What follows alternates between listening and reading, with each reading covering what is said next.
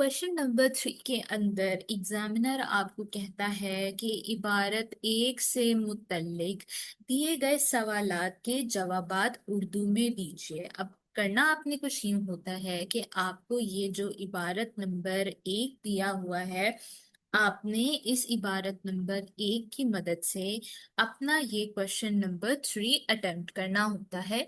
और जितने भी आपको ये सवालात दिए हुए हैं, आपने इनके जवाबात उर्दू के जुबान के अंदर देने हैं।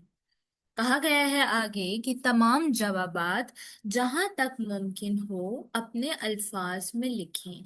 अब ये चीज हमें याद करने की बहुत ज्यादा जरूरत है कि हमने अपने जो खुद के अल्फाज हैं उनमें लिखना है। इससे मुराद ये है कि आपने अपने ओन वर्ड्स के अंदर जहां तक आपसे मुमकिन हो सके, जहां तक पॉसिबल हो, तो आपने अपने अल्फाज को इस्तेमाल करते हुए जवाबात लिखने हैं। यानी पॉइंट्स आप यहाँ से इबारत नंबर 1 से ढूंढोगे और फिर उनको कुछ अपने अल्फाज के अंदर रिफ्रेज करके और फिर आप यहाँ पर जवाब की सूरत में लिखोगे। अपने जवाबात इबारत से लफ्ज ब लफ्ज नकल न करें। यानी कि जो आपको यहाँ पर लफ्ज सॉरी आपको अल्फाज दिए गए हैं, आपने उनको as it is copy paste हरगिज भी नहीं करना। And for some reason my highlighter is acting up, तो ये हाईलाइट नहीं कर पा रहा। बहरहाल यहाँ पर कहा गया है कि आपने अपने जो जवाबात हैं वो इबारत में से एग्जैक्ट कॉपी पेस्ट नहीं करना, यानी थोड़ा बहुत 19-20 का फर्क लाजमी रखना चाहिए। हर सवाल के बाद दिए गए मार्क्स लिखे गए हैं। यानी ये जितने भी आप सवालात देख रहे हो, इसके एंड में आपको यहाँ पर मार्क्स लिखे हुए नजर आ रहे हैं। पहला 3 मार्क्स का है, दूसरा 3 मार्क्स का है। इसी तरह ही नीचे भी आपको ये एंड में मार्क्स लिखे हुए दिखाई देंगे। कभी आपको 4 मार्क्स के भी क्वेश्चन मिल जाते हैं, कभी आपको 2-2 मार्क्स के भी मिल सकते हैं, कभी 3 मार्क्स के भी। तो ये एग्जामिनर पर डिपेंड करता है, ठीक है। अब यहाँ पर जैसा कि आप देख सकते हैं कि 3 मार्क्स लिखे हुए हैं, तो इसका मतलब है कि आपने अपने सवालात के आंसर्स में 3 पॉइंट्स ऐड करने हैं। जहां पर आपके पास 2 मार्क्स के सवाल आएंगे तो उसमें फिर आपने 2 अपने पॉइंट्स ऐड करने हैं, ठीक है। तो ये चीज भी आप अपने जहन में याद रखिएगा। उसके बाद यहाँ पर कहा गया है कि जुबान के मयार के लिए मजीद 5 मार्क्स तक दिए जा सकते हैं। यानी कि आपको जो जुबान का मयार है, यानी क्वालिटी ऑफ लैंग्वेज है, उसके 5 मार्क्स मिलेंगे। अब मैंने आपको जो डेमो क्लास थी उसके अंदर बताया था, और अभी भी मैं आपको बताती चलूं कि जो आपके ये जुबान है का मयार है, इसका मतलब होता है क्वालिटी ऑफ लैंग्वेज। अब इस क्वालिटी ऑफ लैंग्वेज के अंदर आपकी ना अच्छी उर्दू की ग्रामर आती है, आपकी वोकैबलरी आती है, आपकी सेंटेंस स्ट्रक्चरिंग आती है। ये तमाम तर चीजों को ऐड करके ना आप अपने ये 5 मार्क्स हासिल कर सकते हैं। इसमें से आप फुल भी ले सकते हैं, आप आउट ऑफ 5 4 मार्क्स भी ले सकते हैं। कि आप पे डिपेंड करता है, आप जितनी अच्छी अपनी लैंग्वेज रखोगे आपको फुल मार्क्स मिलेंगे, सही है। तो आपका जो वैसे क्वेश्चन नंबर 3 है वो है 15 मार्क्स का, लेकिन इसके अंदर जब आपके 5 मार्क्स ऐड हो जाएंगे लैंग्वेज के, तो फिर आपका ये 20 मार्क्स का पूरा क्वेश्चन नंबर 3 बन जाता है, ठीक है। यहाँ तक आप मुझे बताएं, कोई आपका सवाल है, कोई आपको कंफ्यूजन है तो आप पूछ सकते हैं।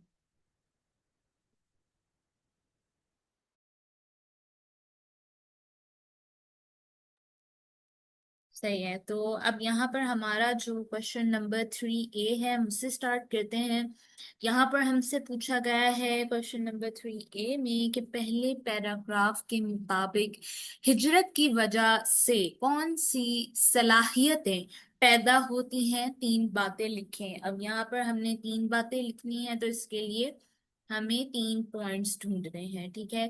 अब आपको अपनी आसानी के लिए सवाल को भी समझना होगा और उसके बाद फिर आपने अपने इस इबारत में से पॉइंट्स ढूंढने हैं।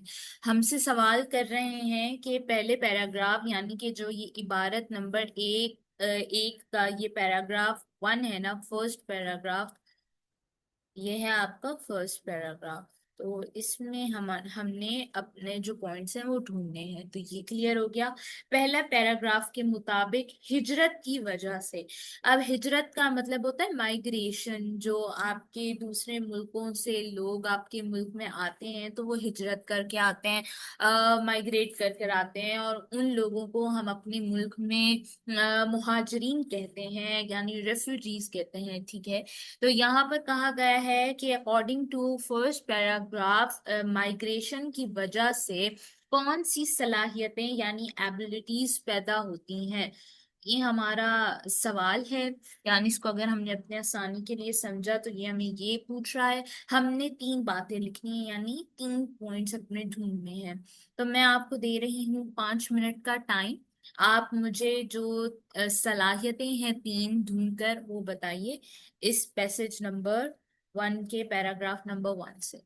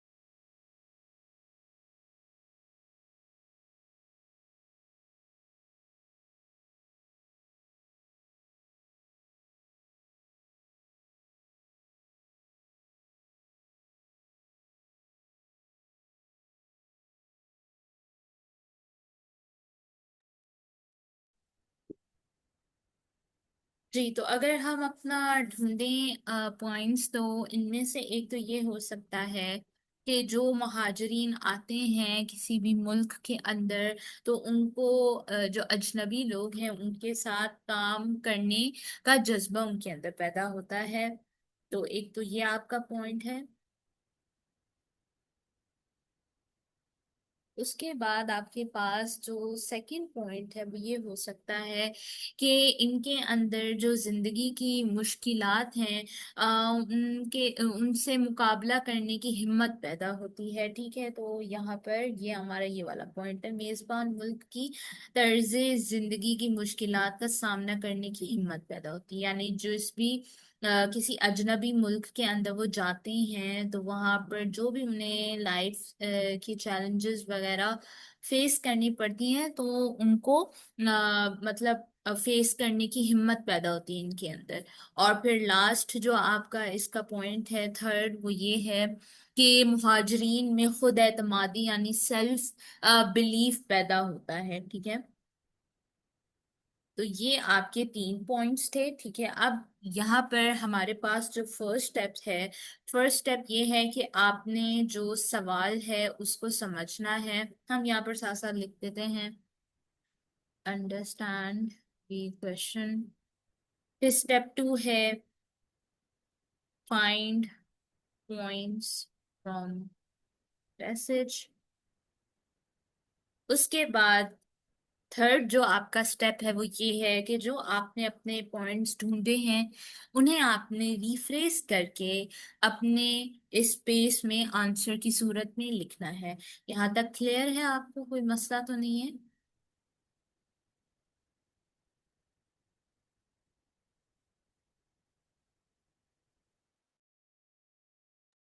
ऑलराइट।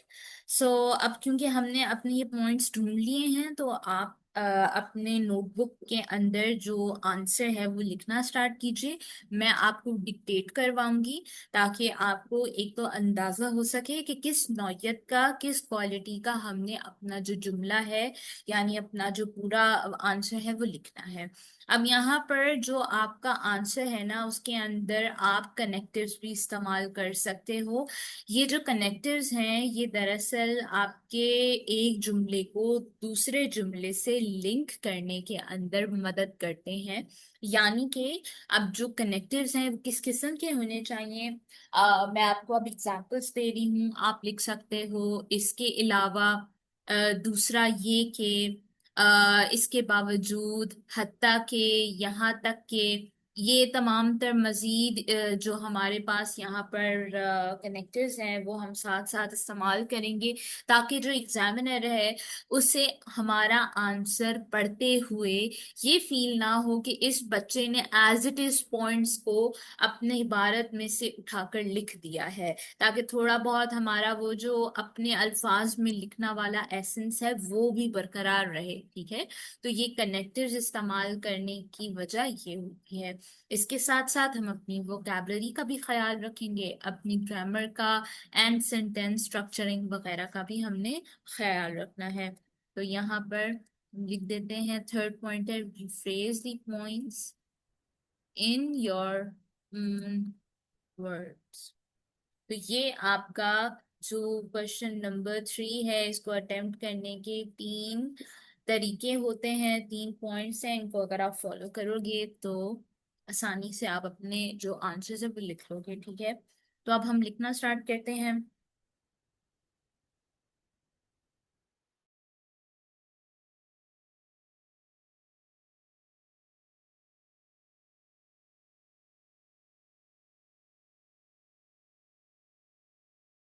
जी, तो अब आप लिखिए कि हिजरत की वजह से, हिजरत की वजह से,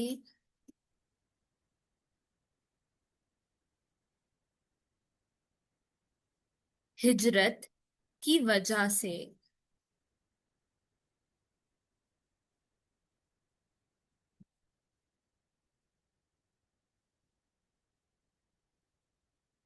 हिजरत की वजह से,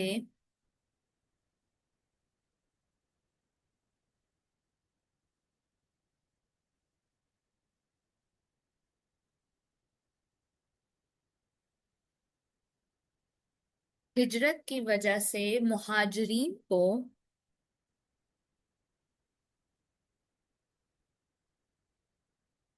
हिजरत की वजह से मुहाजिरीन को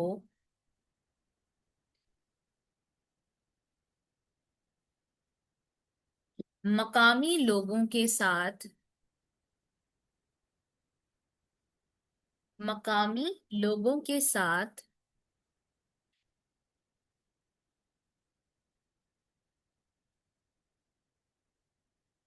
हिजरत की वजह से मुहाजिरीन को मकामी लोगों के साथ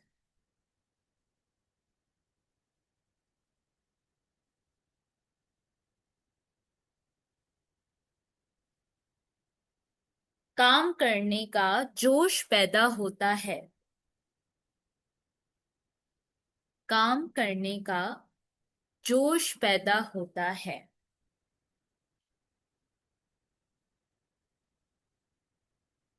हिजरत की वजह से मुहाजिरीन को मकामी लोगों के साथ काम करने का जोश पैदा होता है। Full stop.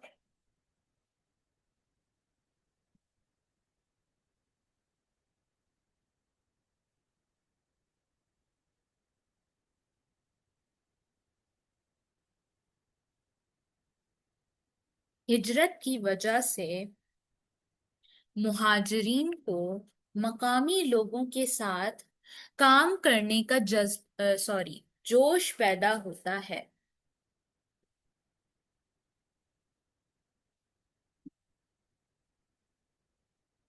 इसके अलावा अब हमारा सेकंड पॉइंट स्टार्ट होगा।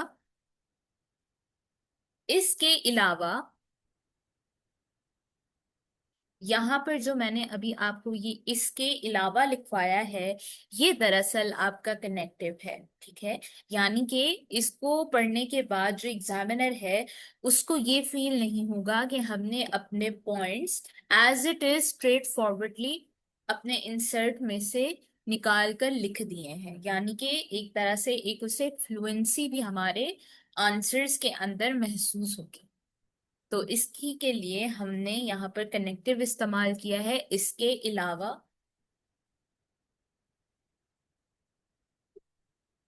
इसके अलावा,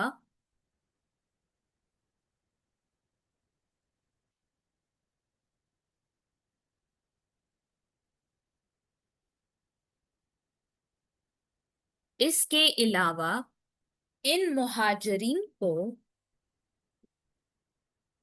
इसके अलावा इन मुहाजिरीन को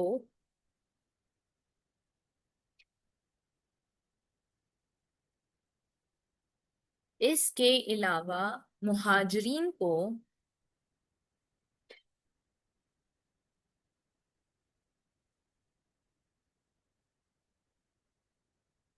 इसके अलावा मुहाजिरीन को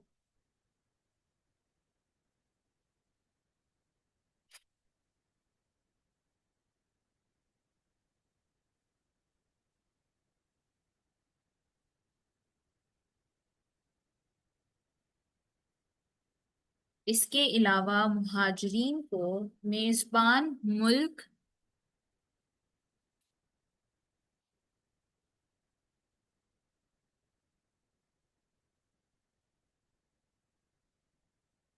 इसके अलावा मुहाजिरीन को मेजबान मुल्क की जिंदगी की मुश्किलात से, इसके अलावा मुहाजिरीन को मेजबान मुल्क की जिंदगी की मुश्किलात से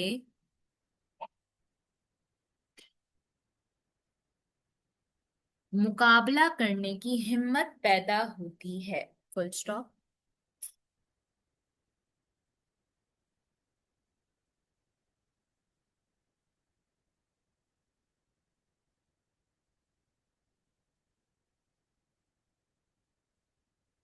इसके अलावा मुहाजिरीन को मेजबान मुल्क की जिंदगी की मुश्किलात से मुकाबला करने की हिम्मत पैदा होती है। Full stop.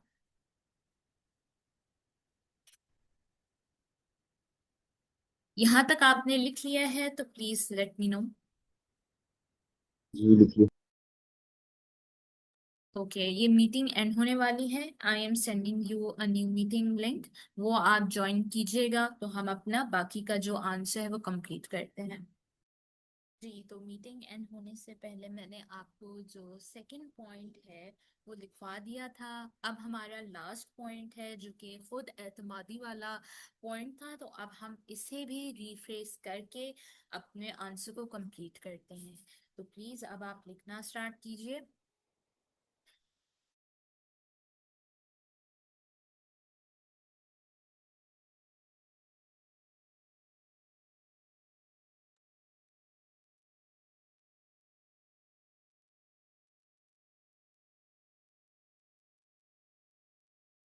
जबकि, अब आप लिखिए जबकि,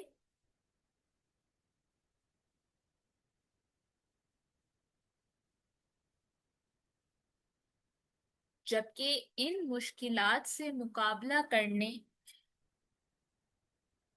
जबकि इन मुश्किलात से मुकाबला करने की वजह से, जबकि इन मुश्किलात से मुकाबला करने की वजह से,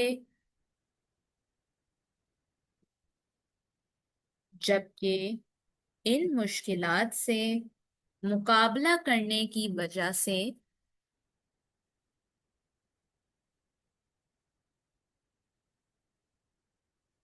जबकि इन मुश्किलात से मुकाबला करने की वजह से मुहाजिरीन में खुद एतमादी का अंसर उजागर होता है। Full stop. जबकि इन मुश्किलात से मुकाबला करने की वजह से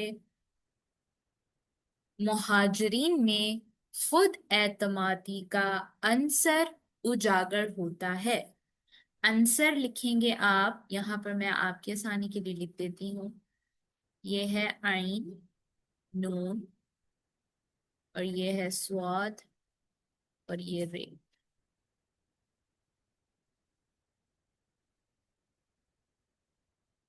जबकि इन मुश्किलात से मुकाबला करने की वजह से मुहाजिरीन में खुद एतमादी का अंसर उजागर होता है। अंसर का मतलब होता है रोशनी, एसेंस, किसी चीज से मुकाबला करने के लिए आपके अंदर हिम्मत पैदा होना, उस चीज से मुकाबला करने के लिए स्ट्रेंथ पैदा होना। ओके। सो प्लीज आप मुझे बताएं कि आपको अंदाजा हुआ कि हमने किस नौयत का, किस क्वालिटी का जो आंसर है वो लिखना है। आपने कनेक्टर्स इस्तेमाल करने हैं, अच्छे वर्ड्स इस्तेमाल करें जैसे अभी हमने किए। अब आप अगर अपना ये आंसर पढ़ोगे तो आपको पढ़ने के अंदर भी अपने आंसर में फ्लुएंसी नजर आएगी। ठीक है, आपको बिल्कुल भी ये फील नहीं होगा कि मैंने ये answer as it is copy paste करके अपने इबारत में से लिखा है। ठीक है, तो ये तमाम तर चीजें मैटर करती हैं आपके क्वेश्चन नंबर 3 और इसी तरह ही क्वेश्चन नंबर 4 को अटेम्प्ट करने में। ठीक है, क्लियर हुआ आपको? ओके।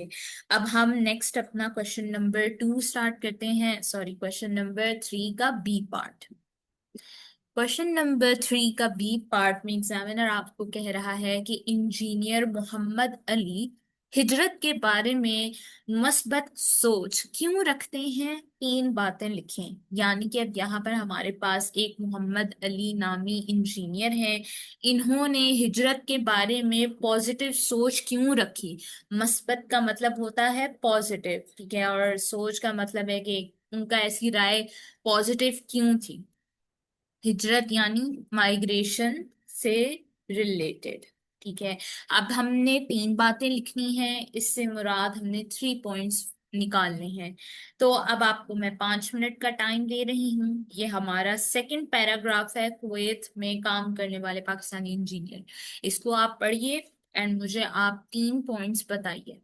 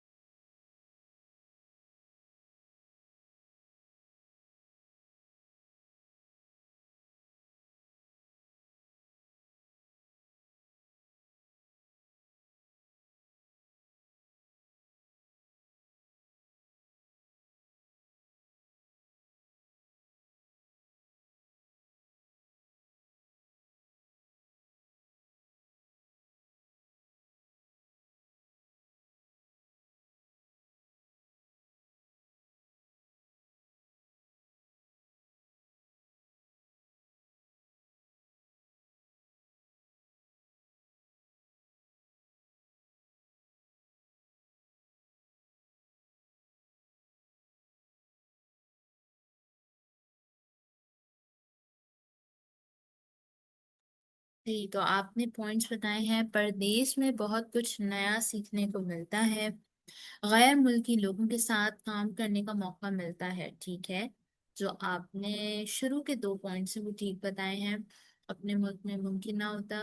यहाँ काफी तादाद में पाकिस्तानी काम करते हैं, इसलिए परदेश का एहसास भी इतना ज्यादा नहीं होता। पहला पॉइंट ये है।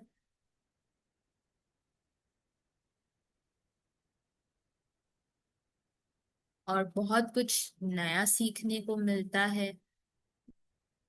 यह है हमारा फर्स्ट, और दूसरा सेकंड। एंड थर्ड जो आपका पॉइंट है वो ये होता है कि दूसरे रंगों नस्ल के लोगों के साथ काम और दोस्ती करने का मौका मिलता है, ठीक है।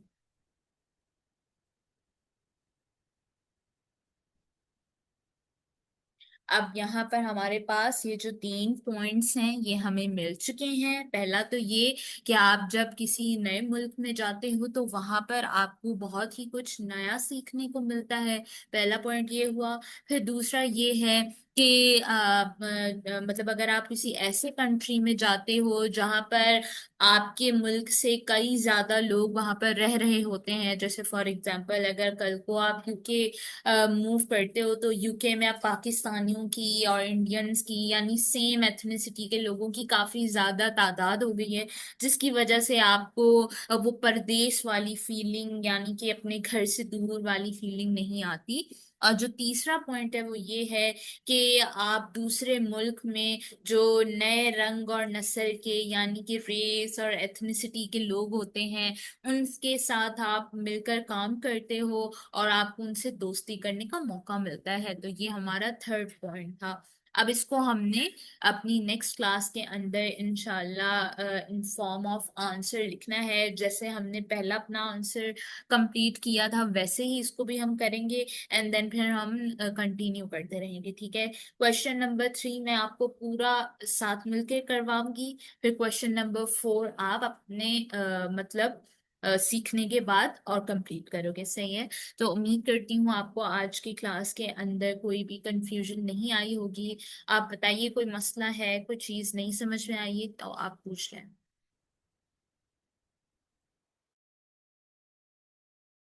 सही है, तो इंशाल्लाह अब हमारी नेक्स्ट क्लास मंडे को होगी। अपना ख्याल रखिएगा।